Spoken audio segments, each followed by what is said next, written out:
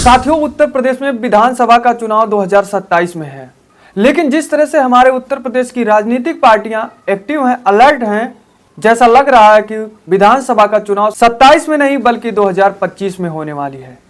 और इन सभी पार्टियों में एक ऐसी भी राष्ट्रीय पार्टी है जिसकी चर्चा आज लोग खूब कर रहे हैं, वो पार्टी है बीएसपी। और मायावती जी को चाहने वाले एक तारीख याद कर रहे हैं, 9 अक्टूबर। 9 अक्टूबर मैं 9 अक्टूबर दो बार इसलिए लिया हूं क्योंकि इस 9 अक्टूबर को बीएसपी की रैली है और एक 9 अक्टूबर 2016 में भी बीएसपी ने रैली की थी। लेकिन उसके बाद बीएसपी 9 अक्टूबर 2016 के बाद कोई भी विशाल रैलियां नहीं की थी, जिसका खामियां बीएसपी को वास्तव में भुगतना पड़ा था। रैली ना करना, जनसभा ना करना बीएसपी के लिए निगेटिव हुआ था। बीएसपी का वोट परसेंटेज अवरोही क्रम में चलता गया, यानी कि एक के बाद एक सीट बीएसपी के लिए जीतना मुश्किल होता गया, जो कि बीएसपी को उसके बाद यही चीज पता चली कि हमारी रैलियां, जनसभाएं बंद करना नुकसान पड़ रहा है मेरे लिए। फिर बीएसपी ने एक निर्णय के बाद यह तय कर लिया कि हम 9 अक्टूबर 2016 के तरह जिस दिन कांसीराम का परिनिर्वाण दिवस था, हम रैली निकाले थे 2016 में, उसी तरह से रैली फिर 9 अक्टूबर 2025 में भी निकाले। और जो बहुजन समाज बिखरा हुआ है, दलित समाज बिखरा हुआ है, उसको अपने तरफ लाने का काम करेंगे। ये तो थी कुछ मेन पॉइंट दोस्तों। मैं आज कुछ बीएसपी का छवि, बीएसपी की वोट परसेंटेज किस तरह से पूर्व में और वर्तमान तक है, मैं उसके बारे में बता दूं। इस पार्टी में अगर बड़ी चेहरे के रूप में देखा जाए अभी तक कौन बचा है, तो एक चेहरा, केवल ब्राह्मण चेहरा की बात करें, सतीश मिश्रा जी की, जो कि बीएसपी की अच्छी खासी इनकी पैठ थी। बीएसपी को दलितों पिछड़ों की बात करते थे और ब्राह्मण वोटर कहीं ना कहीं अगर कोई बीएसपी की तरफ आती थी तो सतीश मिश्रा के वजह से ही आती थी। वहीं अगर वोट परसेंटेज देखा जाए बीएसपी की, तो वास्तव में बीएसपी का वोट परसेंटेज अवरोही क्रम में गया, 30 से 26%, 26 से 22%, 22 से 13% हो गया, यानी कि इस तरह से घटता गया बीएसपी का वोट परसेंटेज। वहीं 2019 के लोकसभा की बात करें तो एसपी बीएसपी की गठबंधन थी। समाजवादी के सुप्रीमो अखिलेश यादव की पत्नी डिंपल यादव ने बीएसपी का पैर छुआ था और ये एक बुआ भतीजा का जोड़ी प्रचलित था, जिसके बाद भी जो है बीएसपी 10 सीट निकाल पाई थी और सपा 5 सीट पर सिमट गई थी। लेकिन वहीं 2024 की लोकसभा की बात करें तो 1-2 की बात छोड़िए, 0 पर बीएसपी रह गई। इसका मेन अगर खामियां कोई है तो जो विशाल रैलियां जनता को संबोधन करने वाली थी, इनकी अचानक बंद करने के बाद ही ऐसा देखने को मिला। और दूसरी चीज, इस बीएसपी, इस दलित समाज से 2 नारा सबसे प्रचलित था।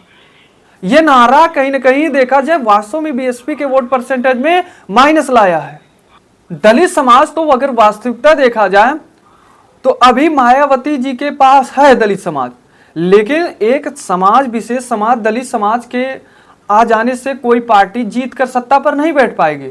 उसके लिए अन्य कैटेगरी, ब्राह्मण, पिछड़ी, मुस्लिम वोटर को भी आना पड़ेगा, तब सत्ता में बैठ पाएगी।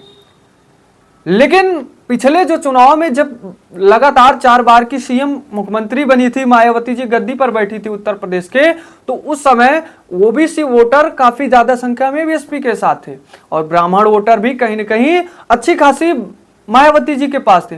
लेकिन क्या अब की 2027 के चुनाव में ब्राह्मण वोटर मायावती जी के पास जाएगी? क्या अकेले चेहरे सतीश मिश्रा के बदौलत ब्राह्मण वोटर मायावती जी के पास जाएगी? क्योंकि 2 नारा बीएसपी की तरफ से हमेशा यह निकला आता था। एक नारा बहुत प्रचलित था, तिलक तराजू और तलवार, इनको मारो जूते 4। तिलक यानी कि ब्राह्मण, तराजू यानी कि बनिया और तलवार यानी कि छत्री। यानी कि दलित समाज से ये नारा चलता था कि ये जो बनिया है, ब्राह्मण है, छत्री है, ये दलितों का शोषण करते हैं। जिसके बाद एक नारा चला था कि इनको जूते से मारकर भगाओ।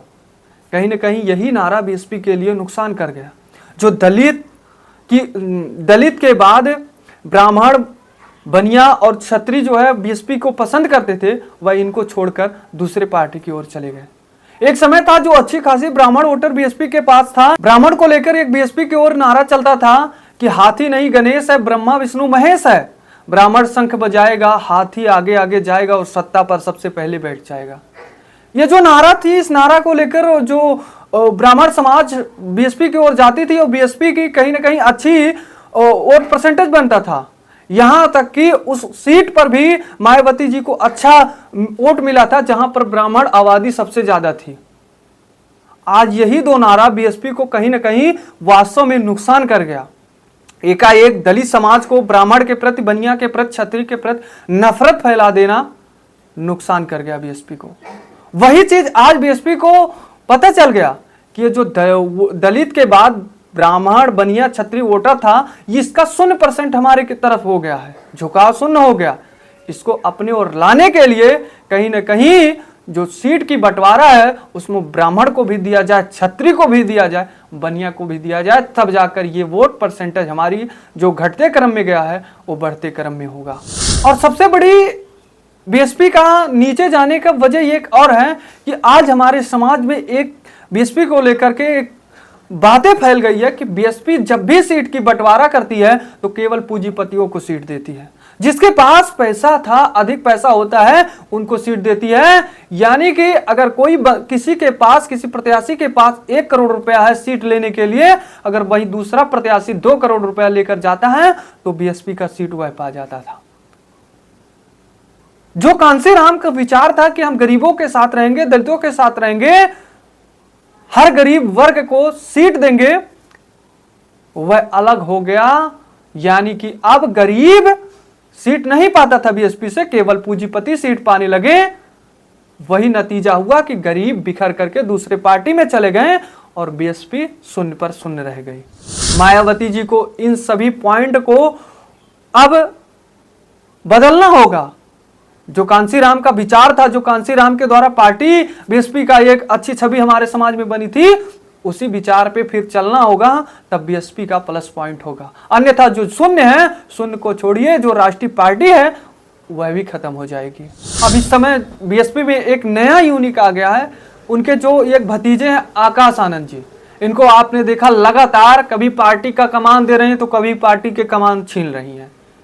क्या आकाश आनंद को पार्टी का कमान देने से बीएसपी एक अच्छा जो है छवि बना पाएगी हमारे उत्तर प्रदेश में, बिहार में, अन्य राज्य में?